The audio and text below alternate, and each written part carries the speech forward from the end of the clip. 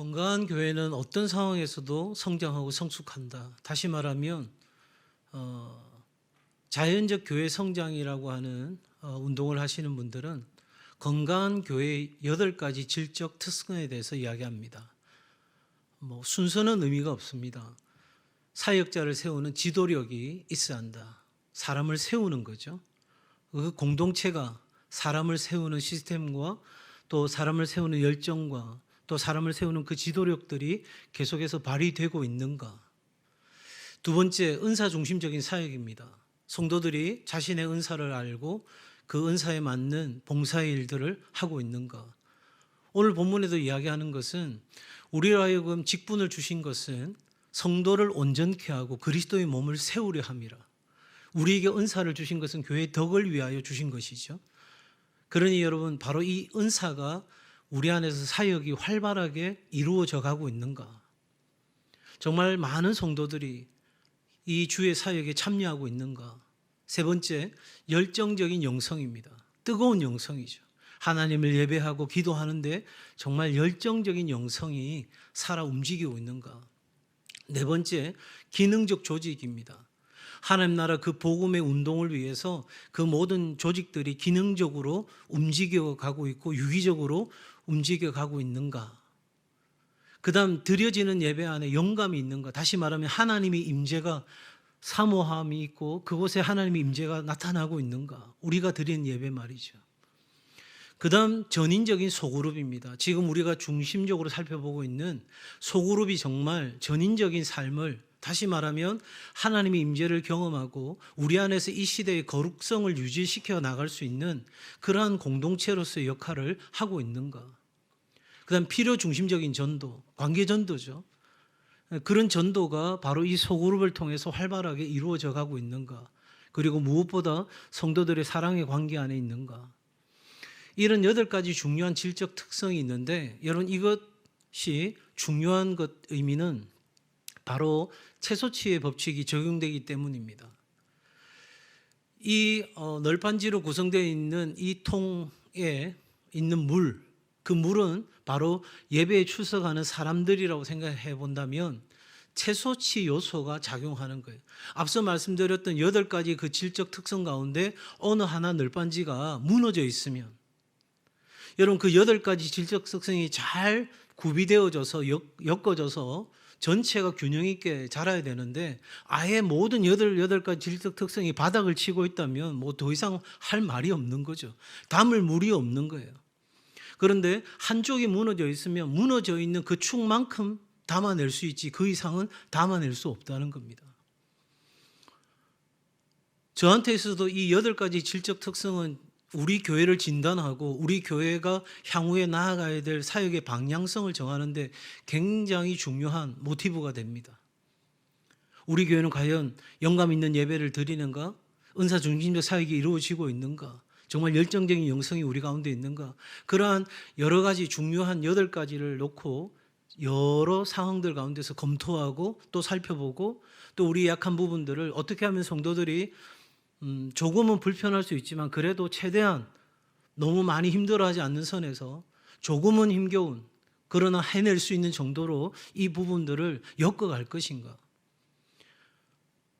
제가 기대하는 것은 제가 사역하는 동안 이러한 8가지 질적 특성들이 전체가 다 성장하고 성숙하게 되어서 우리가 더 많은 물을 담을 수 있는 그릇이 되었으면 좋겠지만 언제까지 그 일들이 가능할지는 저도 몰라요. 저는 그냥 하루하루 완보완심하는 마음으로 걸어가는 겁니다. 그냥 하루하루를 하나님 앞에 묻고 또 다시 되묻고 또 다시 생각하고 또 다시 살피고.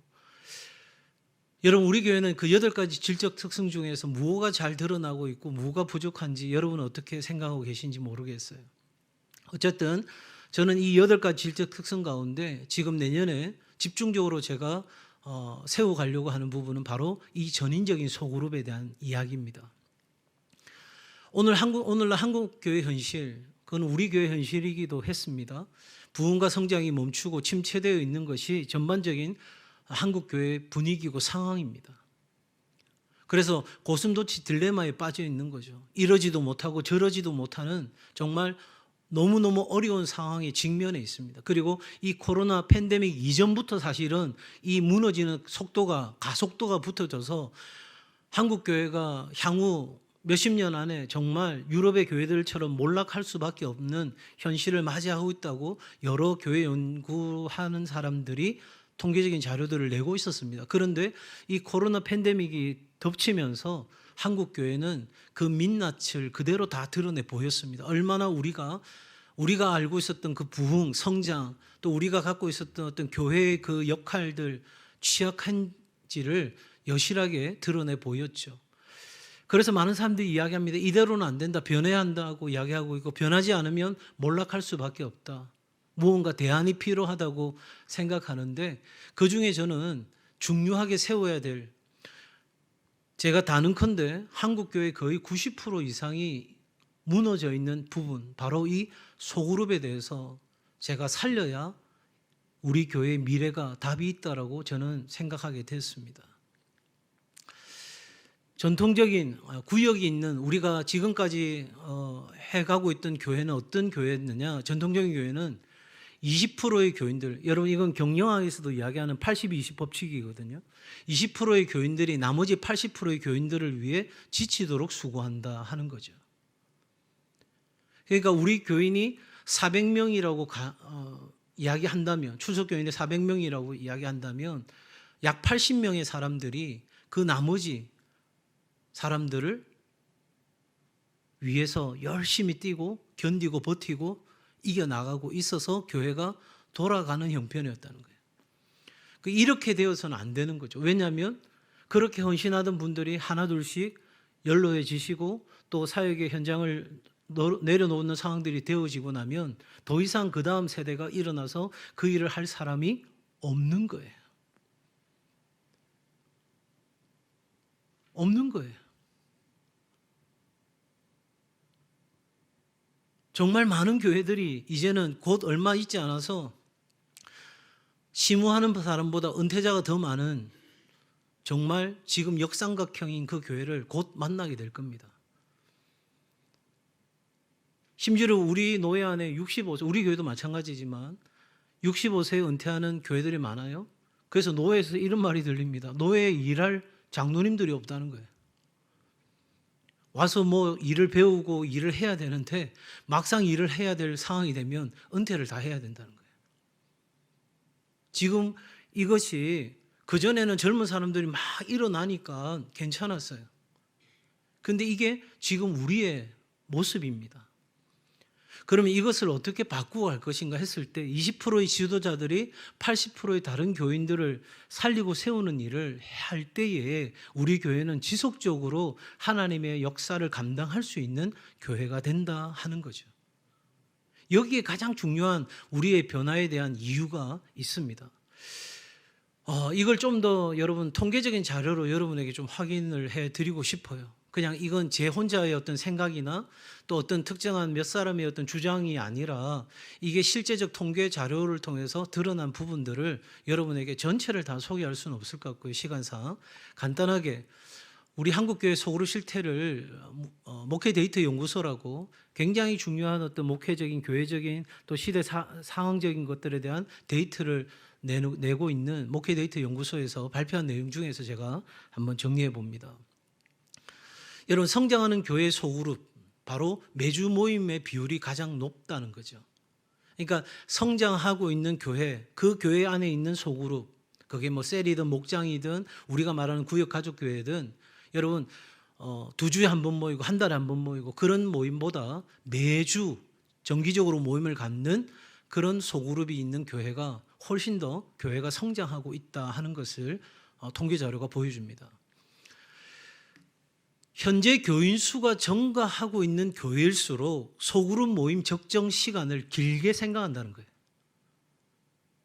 그러니까 지금 여러분 보시면 그 교인 수가 증가하는 게 두 번째 그 표에 있잖아요, 그죠? 그랬을 때 2시간 이상 소그룹 모임을 갖는 게 34% 정도. 그러니까 전체 내용을 보면 교인 수가 감소하고 있는 교회를 보면 소그룹 모임 시간이 1시간 이내인 거예요. 그냥 모여서 서로 왔냐, 반갑다, 인사 나누고 끝.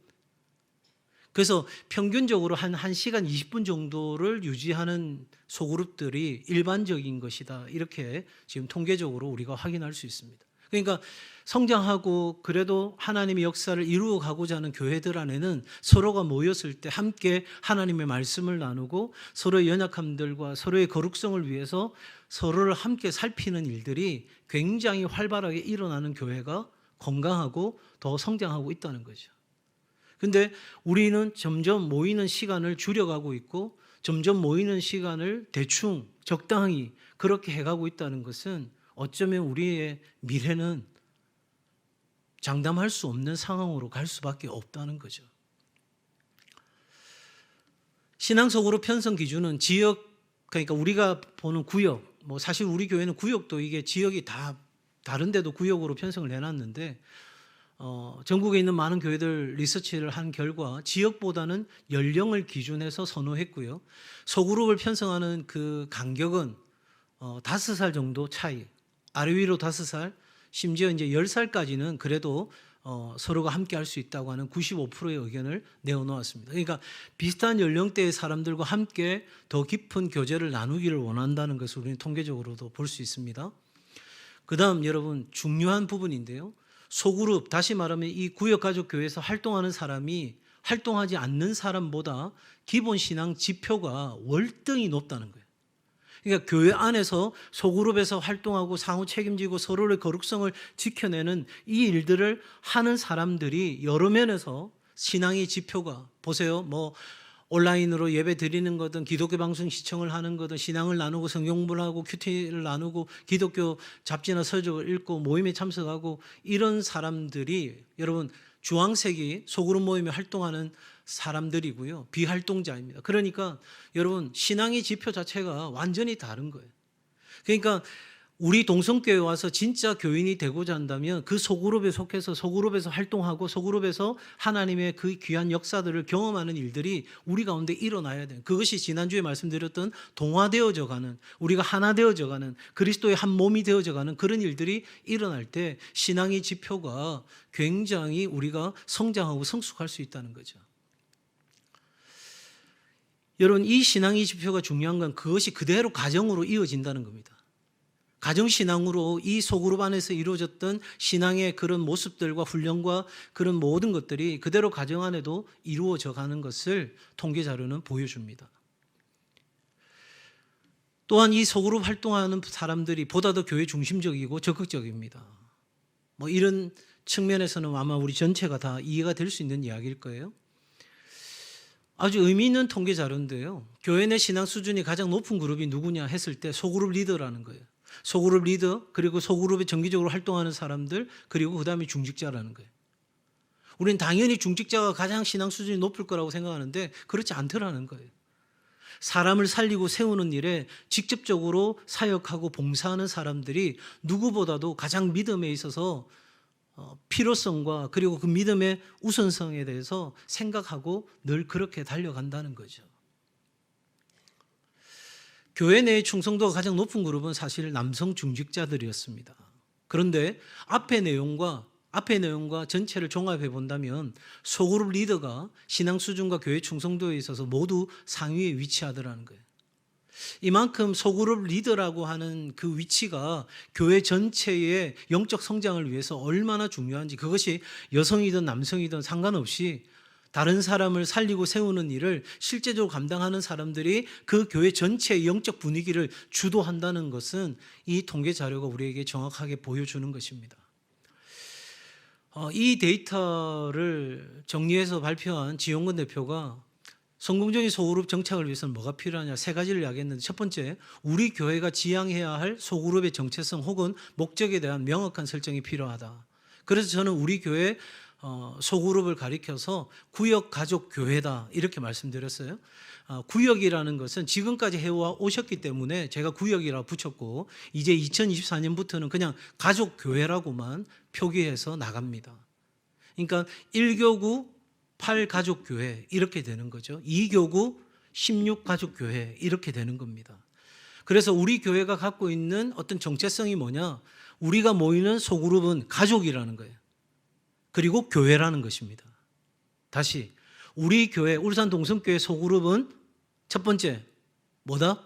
가족이다. 두 번째 동시에 교회다. 우리는 교회 안에 작은 교회를 추구합니다. 그 교회 안에 작은 교회는 하나의 영적 가족입니다. 그래서 우리는 가족이고 우리는 교회다. 그래서 우리는 궁극적으로 하나님의 나라를 이루어간다. 이것이 우리 동성교회가 갖고 있는 이 소그룹에 대한 정체성이고 명확한 설정입니다. 그래서 우리 교회는 제가 부임한 것부터 처음부터 제가 선교적 교회라고 했어요. 사실 우리는 아직 선교적 교회가 아닙니다. 선교 많이 하는 교회가 선교적 교회가 아니라 저는 그 선교적 교회를 아주 쉽게 말씀드렸어요.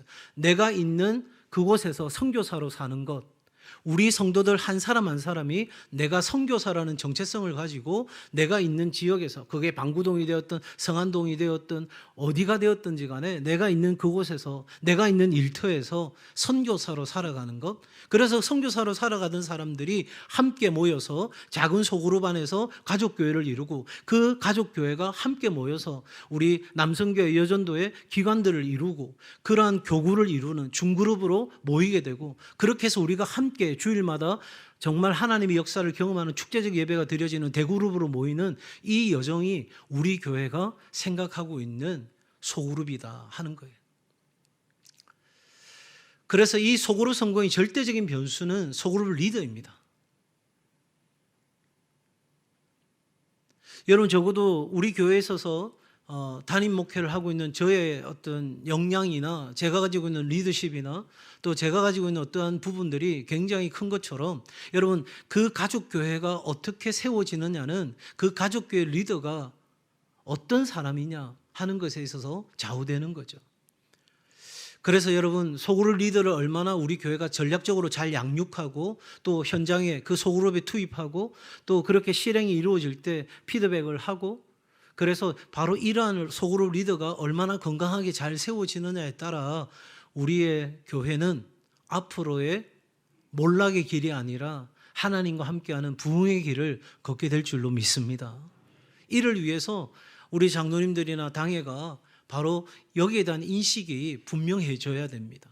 왜 이걸 하는지에 대해서 이해를 해야 되는 거죠. 그래서 제가 이렇게 3주 동안 계속해서 강의를 하고 있는 이유도 여기 있습니다. 3번 들었다고 아시겠습니까? 3번 들었다고 마음의 비전에 동의가 되시겠습니까? 아니요. 수십 번 더 들어야 할까 말까 그런 생각이 들 거예요. 왜? 우리는 여간해서는 안 바뀝니다.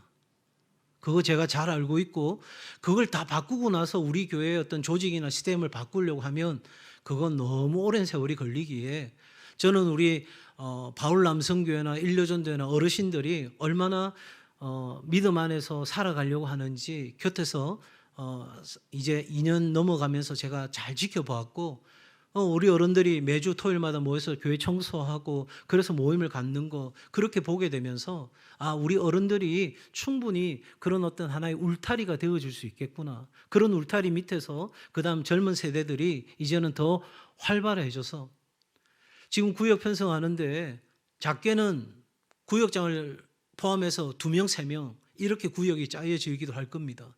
어떤 구역은 장기 결석자와 새로운 새 가족을 내가 안겠다 해서 6명 뭐 이렇게 되기도 하겠지만, 대부분 한 4명에서 5명, 적게는 방금 말씀드린 것처럼 2명, 3명 이렇게 될 텐데, 거기서부터 시작인 거예요. 거기서부터 한 사람 전도하고 또 세워가고 그런 일들을 맛보고 기대하고, 정말 하나님 우리 소그룹이 연말에 가서 12명이 되어서 분가할 수 있는 그런 은혜를 주십시오. 제가 지구촌 교회 셀 컨퍼런스 갔을 때 얼마나 부러웠는지 한 권사님이 나와서 그러는 거예요. 저한테 처음 주셨는데 지금 제가 결론적으로 말씀드리면 3개의 구역으로 분가되어졌습니다. 그러면서 간증하시더라고요. 얼마나 멋있게 사역하는지. 여러분, 복음 전하려고 그 아파트의 동대표를 해가지고 거기에 있는 교우들과 함께 힘을 모아가지고 그 동이 전례 없는 정말 멋진 동대표 역할을 하게 되니까 사람들이 저절로 이번 동대표는 도대체 어떤 사람이야? 그분이 지구촌 교회 권사라던데? 그래? 야, 그 교회 뭔가 다른데? 그러면서 여러분, 놀라운 일들이 일어났다는 것을 간증하는 걸 제가 들으면서 참 멋있다. 정말 이 시대에도 하나님께서 이렇게 쓰시는 사람들이 있구나 하는 것을 제가 깨닫는 시간이기도 했습니다. 자, 여러분, 현대인의 개인주의적 특성과 요즘은 여러분 자기 집을 잘 오픈 안 하죠, 그죠? 그래서 여러분 우리도 구역 모임하면 대부분 다 교회에서 모이거나 어떤 다른 곳에서 모이잖아요. 그러니까 남에게 나의 어떤 것을 보여주는 것들을 굉장히 불편해하는 거죠. 그리고 사회적 관계 맺는 것도 굉장히 느슨한 관계를 맺습니다. 페이스북에서 그냥 좋아요하는 친구 정도로 하는데 저도 지금 제 페이스북에 한 모르긴 몰라도 한 40명은 저한테 친구 추천을 친구 하자고 들어왔어요. 근데 제가 전혀 모르는 사람이에요. 근데 제가 못 누르겠더라고요. 이 잘못 눌렀다가 이상한 분한테 걸릴까 봐 제가 누를 수가 없더라고요.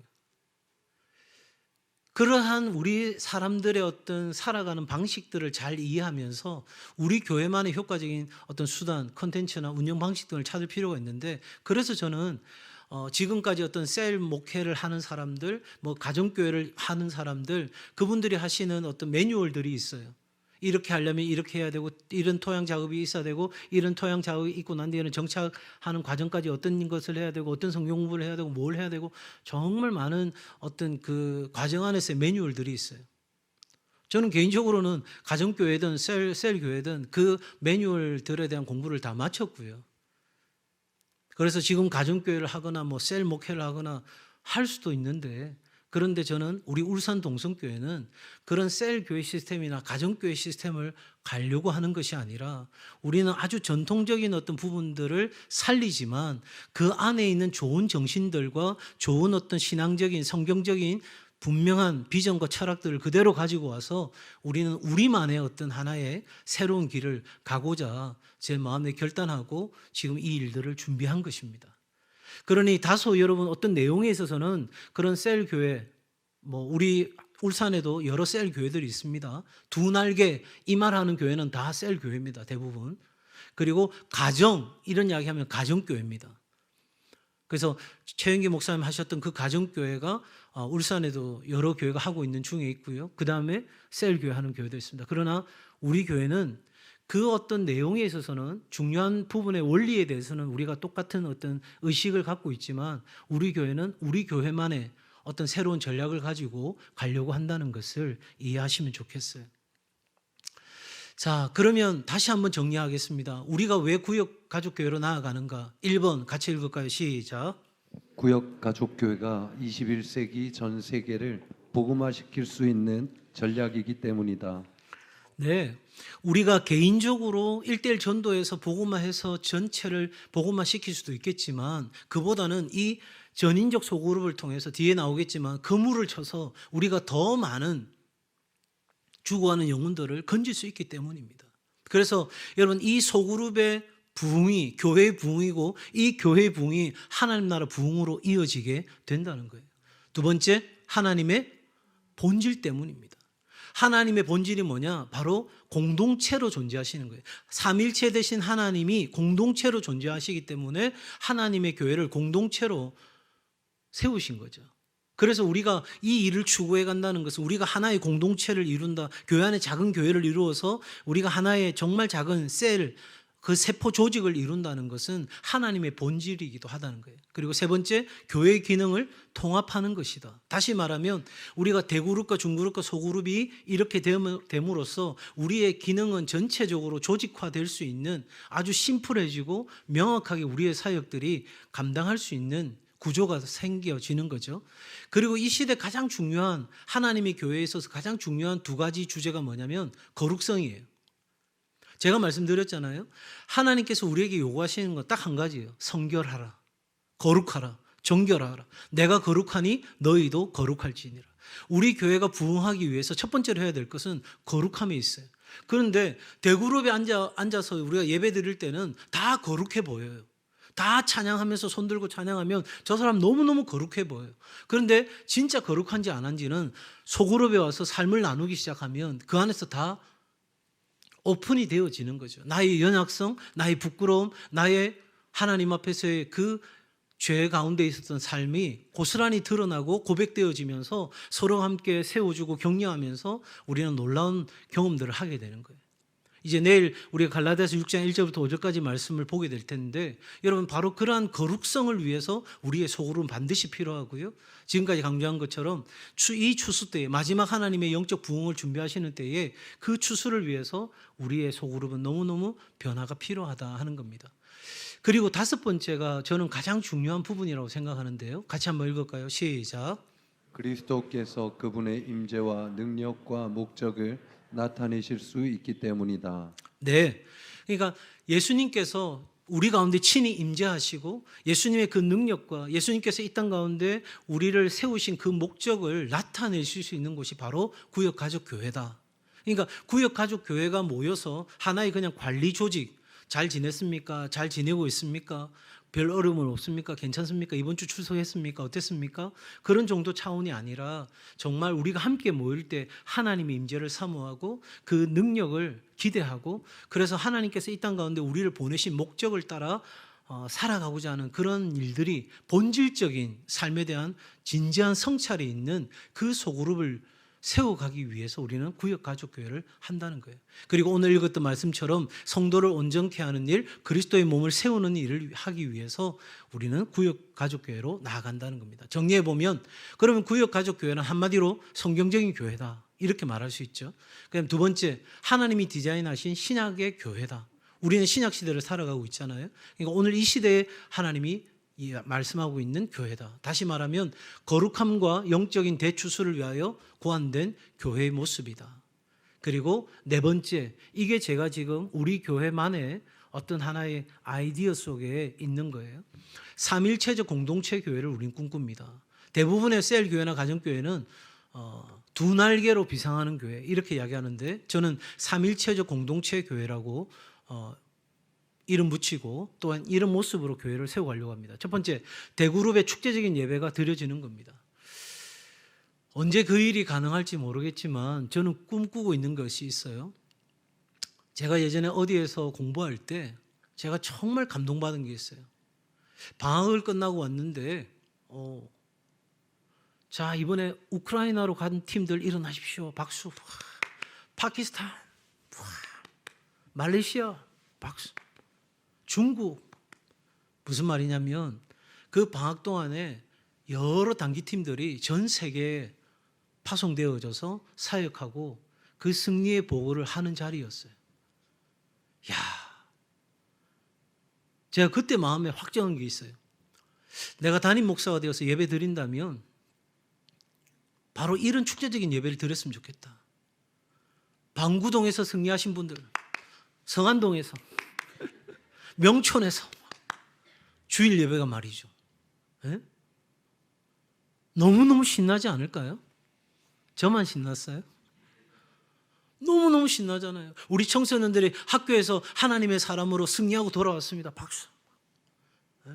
우리 아이들이 국기계양대 앞에서 이 학교를 위하여, 학생들을 위하여, 선생님들을 위하여, 그리고 이 도시를 위하여, 우리의 미래 세대를 위하여, 우리의 청소년들이 어떤 어려운 가운데서도 그 국기계양대 기도의 시간을 지키고 한 주간 동안 정말 치열하게 공부하고 싸우고 이렇게 하나님을 예배하고 이 자리에 왔습니다. 여러분, 저절로 우리 안에 막 감동이 일어나지 않으세요?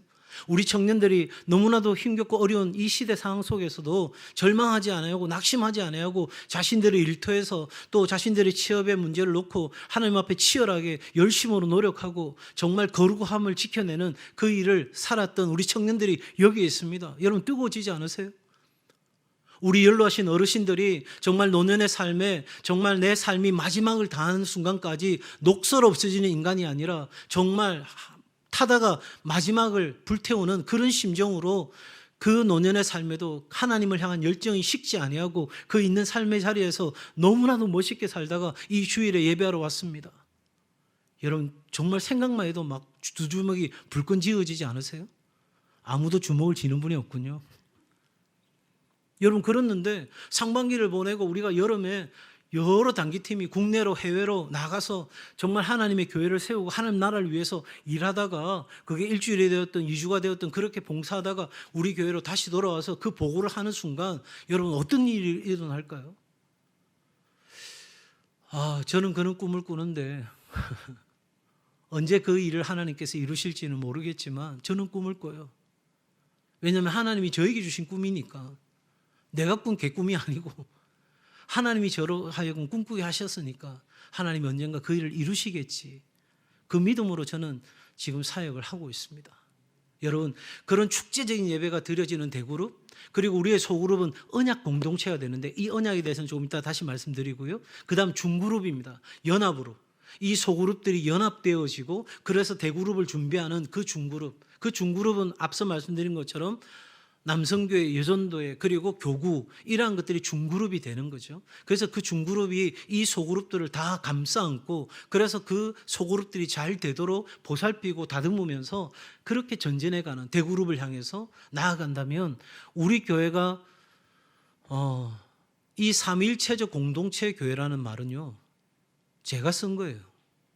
어디 신학자가 쓴 것도 아니고 모르겠어요. 지금 어떤 공동체, 삼일체에 대해서 가장 중요한 신학적 화두가 되어 있기 때문에 어떤 신학자들이 썼는지는 모르겠어요. 그러나 저는 이 삼일체에 대해서 굉장히 중요하게 생각하는 목회자 중에 한 사람인데, 여러분, 삼일체적 공동체 교회, 바로 제가 그렇게 생각하고 그렇게 되어질 때 하나님의 교회는 건강한 개혁이 이루어질 수 있다, 이런 생각을 하고 우리 구역가족교회가 그렇게 가고자 하는 것입니다. 자, 언약 부분 말씀드리겠습니다. 구역가족교회 언약, 상호간의 헌신을 통한 공동체다. 그러니까 여러분, 삼일체로 존재한다는 것은 좀 신학적으로 어려운 말로 표현하면 성부, 성자, 성령 하나님이 상호 침투하는 관계거든요. 그러니까 느슨하게 끊어질 정도로 늘어져 있는 상태가 아니라 서로 막 침투하는 거예요. 하나가, 온전한 하나를 이루기 위해서. 그러니까 막 이렇게 되는 거죠. 그러니까 그 관계를 누구도 깨트릴 수 없는 것처럼 우리의 소그룹은 이 언약 공동체, 다시 말하면 소란의 헌신을 결단하는 일들이 일어나는데 어떤 거냐?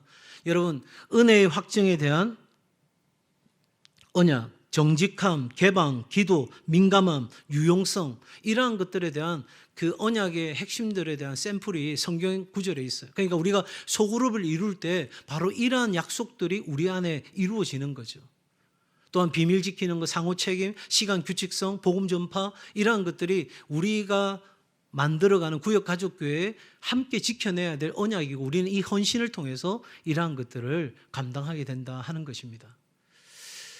그래서 여러분, 가족교회 생활을 우리가 생각해 보면 여러분 잘 안 보이실 텐데 다른 색으로 적혀 있는 거 보시면 충만케, 거룩함, 지어감, 알려짐 등등과 같은 여러 가지 성경에 있는 핵심적인 단어들이 우리가 추구해 가야 될 패밀리 처치 라이프의 실제적 모습이라고 할 수 있습니다.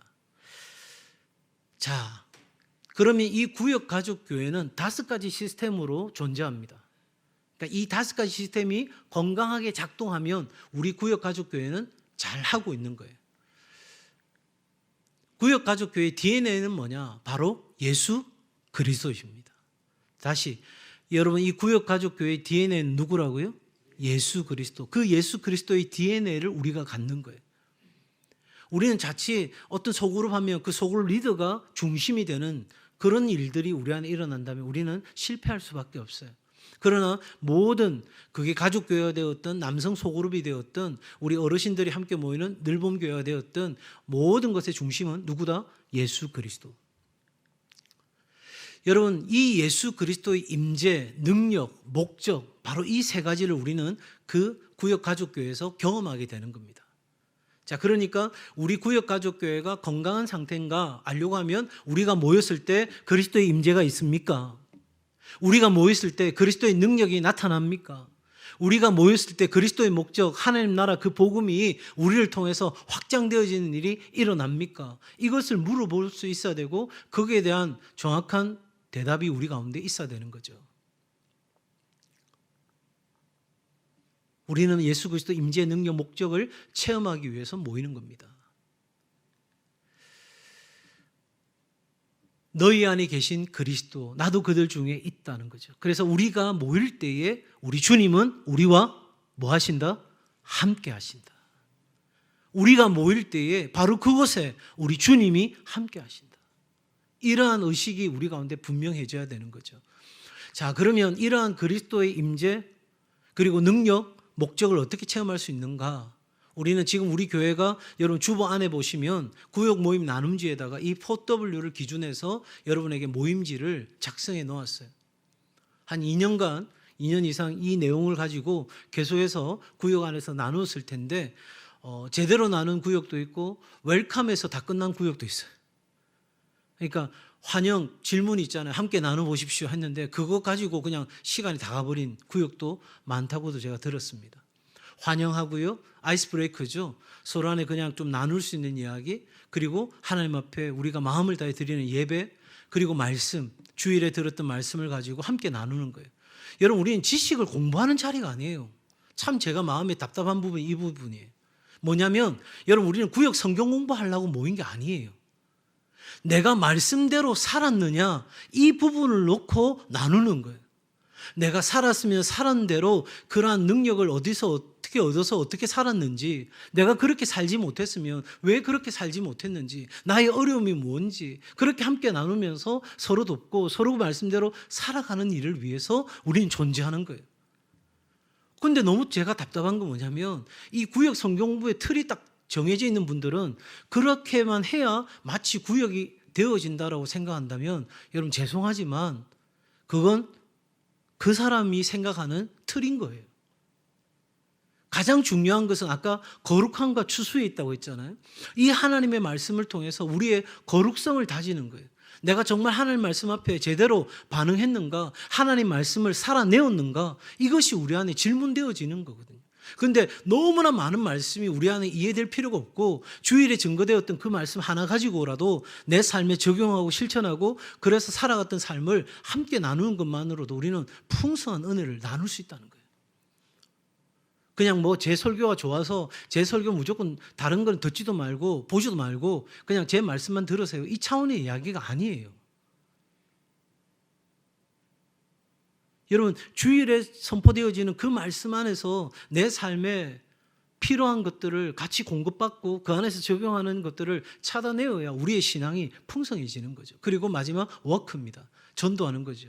비신자들에게 어떻게 다가갈 것인가. 그래서 우리는 빈 방석을 놓고 빈 의자를 놓고 이곳에 와야 될 사람을 위해서 함께 기도하는, 여러분의 VIP 명단을 놓고 함께 기도하고 또 상호 책임자의 VIP 명단을 놓고 함께 기도하고, 그러면서 여러분 그 3명을 하나님 앞에 올려드리면서 진행되어지는 가장 기본적인 4W 이 과정이 우리가 하나님의 임재와 능력과 목적을 경험하는 중요한 기준이 된다 하는 것입니다.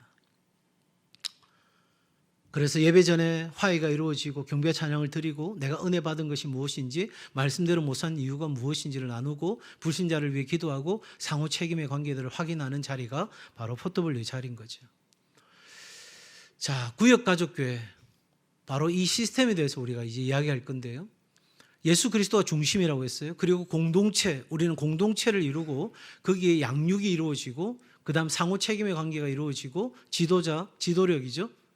바로 전도가 이루어지는 바로 이 관계입니다. 여러분 이렇게 해가지고 여러분 한번 잘 확인해 보시면 좋겠어요. 손바닥에 그리스도, 공동체, 그리고 전도, 지도자, 상호 책임, 양육, 이 5가지가 우리 구역가족교회의 핵심 시스템 5가지입니다. 자, 빠르게 보겠습니다. 먼저 공동체입니다. 그리스도 안에 거하는 거예요.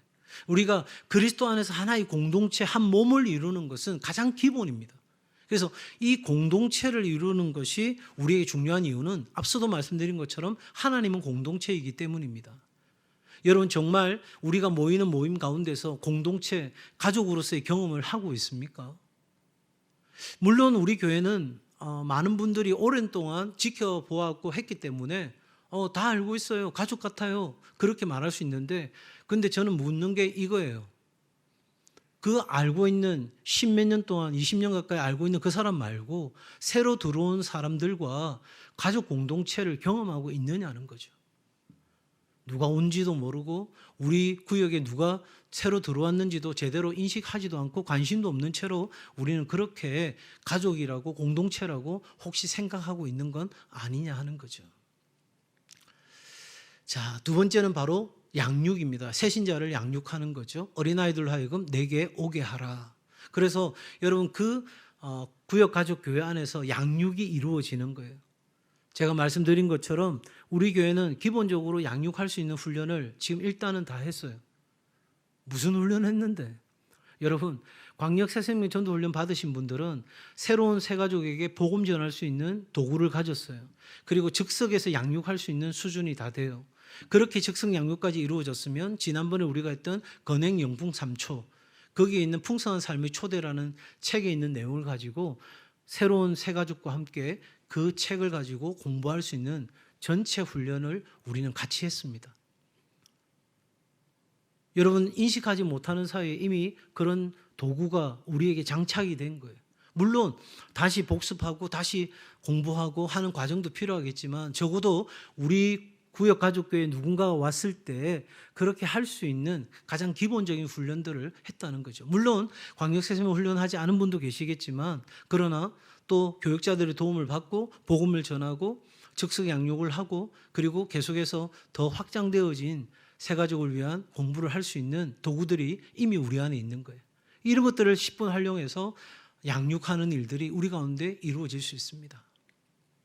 무엇보다 가치, 사명, 비전을 통해서 여러분 이 비전 누가 만드나요?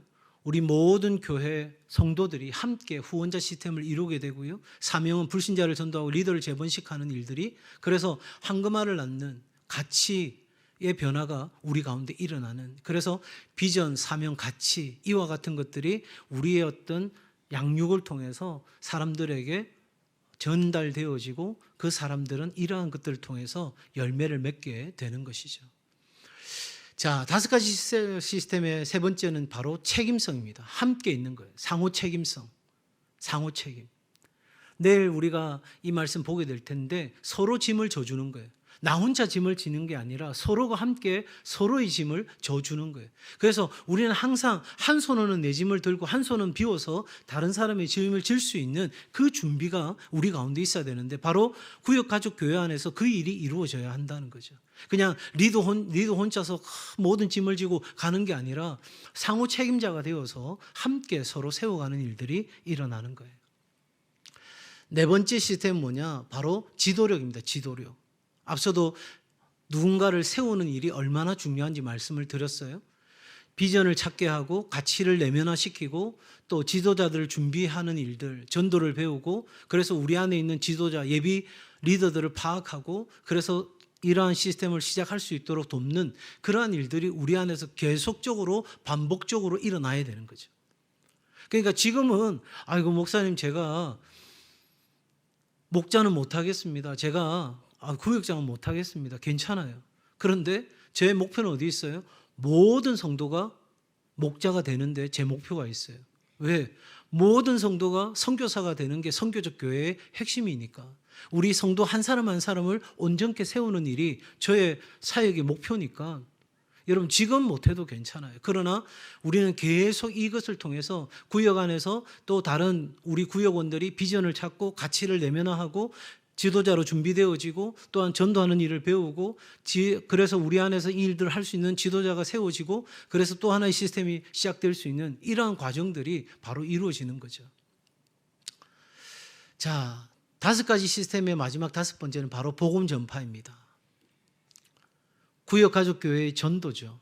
이 부분이 핵심일 텐데 여러분 우리 주님은 우리를 사람 낚는 업으로 불러주셨습니다. 구역가족교회 전도 그물은 뭐냐? 구역가족교회는 오이코스 그물이다. 오이코스라는 말은 집이라는 말이에요. 그러니까 나 혼자 있을 때 내가 전도할 수 있는 사람들의 범위는 내 가족, 내 친척, 내 이웃 이 범위하고 5사람, 6사람 모여서 각자의 오이코스, 각자의 사람들을 쭉 나열하면 엄청나게 많은 사람들이 되는 거죠. 그러니까 우리는 낚시하는 게 아니라 뭐 할 수 있어요? 그물로 거두들일 수 있는 거예요. 그래서 모든 회원들은 친구들, 친척들, 이웃들에게 다가갈 수 있게 된다는 거예요. 특별한 그룹들은 목표 그물이다. 그러니까 여러분 그 가운데서도 뭔가 특정한 어떤 사람들이 비슷한 사람들끼리 모일 수 있는 어떤 하나의 일들을 통해서 우리는 그 일들을 할 수 있는 거죠. 구역가족교회 전도 4가지 그물은 우리 교회가 지금 하고 있습니다. 첫 번째, 구역가족교회 초청잔치입니다. 두 번째, 그 사람들이 교회 오지 않아도 구역가족교회 모임에 먼저 올 수도 있습니다. 세 번째, 우리 교회가 하는 생명사랑 나눔 전도축제. 여러분 우리 교회에서 어떤 행사에 이름 붙인 것은 그냥 붙인 게 아니라 다 의미를 담고 목적을 담은 거예요. 우리가 하는 전도 축제 추수 행사는 예수 그리스도의 생명을 나누는 것이고 예수 그리스도의 사랑을 나누는 생명 사랑 나눔 전도 축제입니다. 그리고 주일 예배로 초청하는 이 네 가지 근무를 우리는 충분히 10분 활용할 수 있는 겁니다. 불신자들의 반응 피라미드를 여러분 한번 보시면 잘 보이실지 모르겠어요. 이 부분은 제가 건행양풍 3초 할 때도 잠깐 언급을 했었는데 여러분 보실 때 타입 B 그 밑에 있는 보시면 신적 존재는 인식하지만 기독교는 나는 못 믿겠어 하는 사람들이 있어요. 또 타입 A 쪽의 사람 뭐예요? 기독교를 인식하지만 수용을 못 하겠다는 거예요. 그 다음에 이제 두 번째, 세 번째에서 좀 방향이 갈리는데 사람의 마음이 열리는 사람들이 있어요. 그 사람 너무 좋던데? 우리 산 동성교회 성도들 너무 좋던데? 너무 감사해. 그래서 사람에게 마음이 열리는 타입이 있고요. 말씀에 마음이 열리는 타입이 있어요. 이렇게 해서 마음이 열려서 하나님께로 나오면 결국 헌신하게 되는 이 과정까지가 여러분 여러 단계가 있는 거죠. 그래서 내가 만나는 그 VIP가 어떤 단계에 있는지도 잘 보시면서 우리는 접근할 필요가 있겠습니다. 구역가족교회 번식과 관계없는 것은 가르침입니다. 은사입니다. 지식입니다. 학벌과 나이입니다. 여러분 이건 구역가족교회 번식과는 상관없는 것들입니다. 물론 일정 부분 도움이 될 수 있겠죠. 가르침의 은사가 있는 사람이 가르침의 은사가 없는 사람보다는 조금 나을 수도 있겠지만 그러나 궁극적으로 관계 있는 것이 아닙니다. 그럼 뭐가 관계 있는 것이냐? 구역가족교회 멤버들을 위한 쉼 없는 기도 그리고 돌봄, 특별히 구역가족교회 그 라이프를 경험하는 것.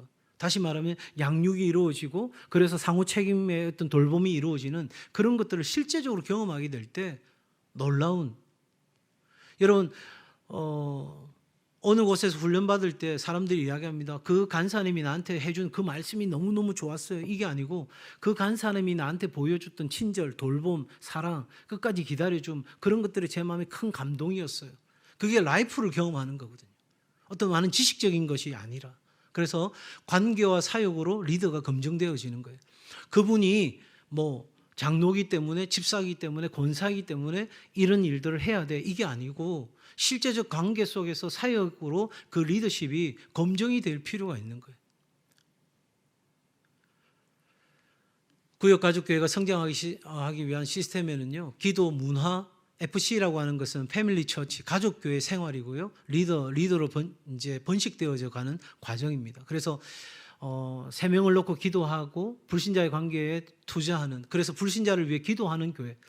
우리가 이제 내년 초에도 블레싱 천 우리가 전도할 블레싱 축복해야 될 사람들의 이름을 모으고 기도하는 운동을 한 달 동안 전개할 거거든요. 여러분 그렇게 해서 우리는 불신자를 위해서 지속적으로 기도하는 교회가 되고자 하는 거고요. 그리고 내년에 우리의 구역을 가족교회로 변화시켜가면서 이 가족교회의 라이프를 경험할 수 있도록 하게 되고 그래서 그 1년 동안 우리는 훈련하고 또 검증하고 시간을 통해서 함께 세워가면서 나도 예수님처럼 12명의 제자를 세워가는 그 꿈을 가지고 비전을 가지고 새로운 그룹들을 형성해가는 지속적인 일들이 우리 가운데 일어날 때 우리 교회는 하나님의 역사를 감당할 수 있는 교회가 되어가는 것입니다. 똑같은 이야기인데 다른 그림으로 여러분에게 한번 보여드린 거고요. 제가 말씀드리고 싶은 핵심은 이겁니다. 본질로 사는 삶입니다. 본질. 비본질이 아니고 본질입니다. 본질. 여러분 성경적인 교회, 신앙적 성장 원리가 이루어지는 교회는 추가되는 게 아니에요. 이 사역 추가하고 저 사역 추가하고 추가되는 것이 아니라 우리 안에서 지속적으로 번식이 일어나는 거예요. 세포는 번식이니까요. 나와 우리는 하나님 나라 가치로 살고 경험하고 있는가. 이것이 제가 이 구역 가족 교회를 시작하는 가장 궁극적인 목적이에요.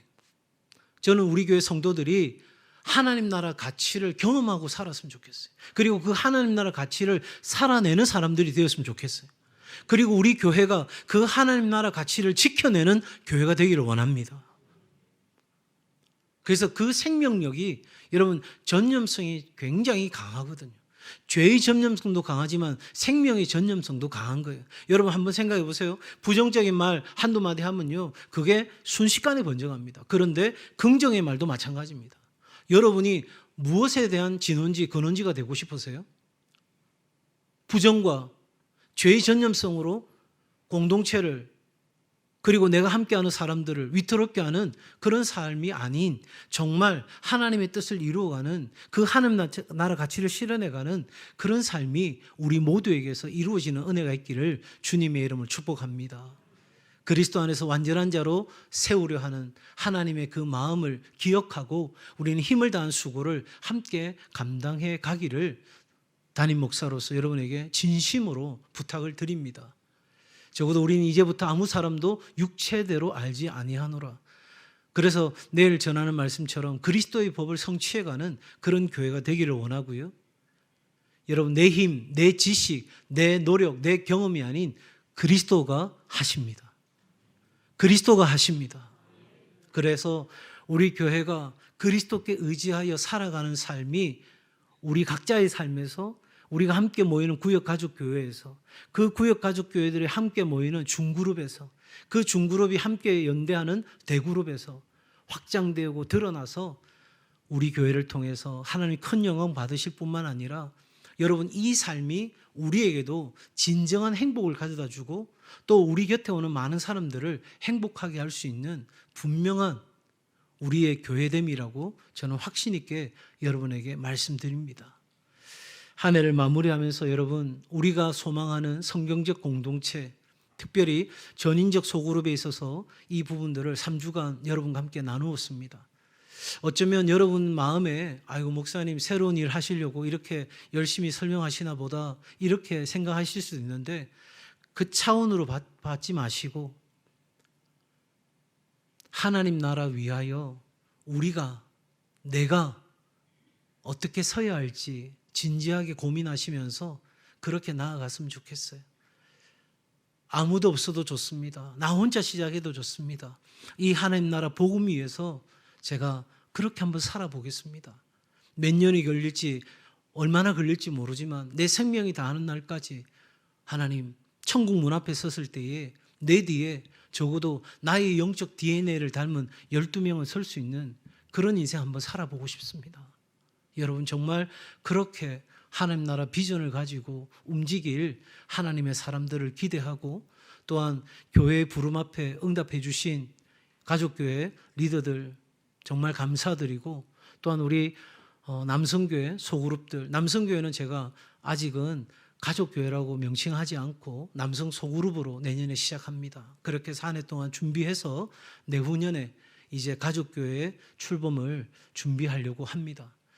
그리고 우리 어르신들 우리 울산 동성 장청년 늘봄교회 우리 바울 남성교회 일려전도의 어른들은 이런 어떤 가족교회 시스템을 갖추는 게 아니라 정말 노년의 삶에 더 건강하고 더 행복한 그래서 어른들이 우리 젊은 세대들의 큰 우산이 되어서 그렇게 앞서 나아가 주시기를 그래서 교회가 어르신들을 잘 섬길 수 있는 그런 조직과 문화를 만들어 놔야 이 초고령 사회 속에서 많은 어르신들도 우리 교회를 찾아올 수 있는 구조가 되기 때문에 이런 비전을 제시했고 또 우리 어른들께서 여러모로 불편하기도 하고 어려움도 있지만 또 함께 기꺼이 동행해 주시기를 결단했고 또 그렇게 갈 수 있어서 감사드리고 여러분 이렇게 우리 교회가 새로운 개혁의 그 기치를 가지고 전진해 갈 수 있기를 주님의 이름으로 기대하고 부탁을 드립니다.